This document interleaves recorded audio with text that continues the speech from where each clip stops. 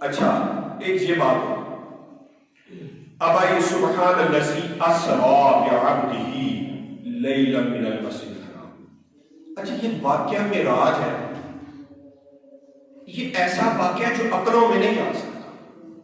اب ہم پہلی منزل پہ مجھے کہو جاؤ سیڑھی کے بغیر تو میں جا نہیں سکتا، تو دنیا چاند پہ جانے کے لیے کیسے کیسے کام کر رہی ہے، چاند تو میرے نبی نے قدموں میں بلایا۔ اب دنیا چاند پہ نہیں جا سکتی تو آسمان پہ کیسے جائے؟ پھر آسمان سے دوسرے آسمان تک کئی سو سال تک 500 سال تک کا سفر ہوتا ہے، پھر دوسرے آسمان سے تیسرے آسمان تک 500، اتنا لمبا آپ کیسے رہ سکتے؟ تو یہ عقل میں نہیں آتی بات، بھائی کیسے حضور عرش معلیٰ پر گئے بھی تو پھر واپس بھی آئے، یہ تو ممکن ہی نہیں ہے۔ تو رب کو پتا تھا کچھ لوگ ایسے ہوں گے جو اس کا انکار کریں گے، کچھ لوگ ایسے ہوں گے جو اس کا انکار کریں گے۔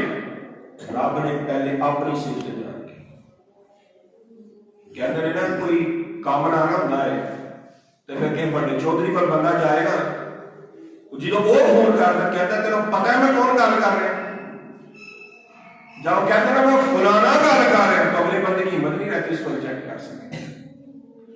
رب کو پتا تھا بندے بڑے منکر ہوں گے کہ وہ ہو ہی نہیں سکتا، رب نے فرمایا سبحان الذی، پاک ہے وہ ذات، یعنی ہر عیب سے پاک ہے، ہر الزام سے پاک ہے، ہر چیز جو غلط چیز اس سے پاک ہے۔ اگر رب ہو تو عرش میں اپنے محبوب کو نہ لے کے جائے تو یہ تو عیب ہے۔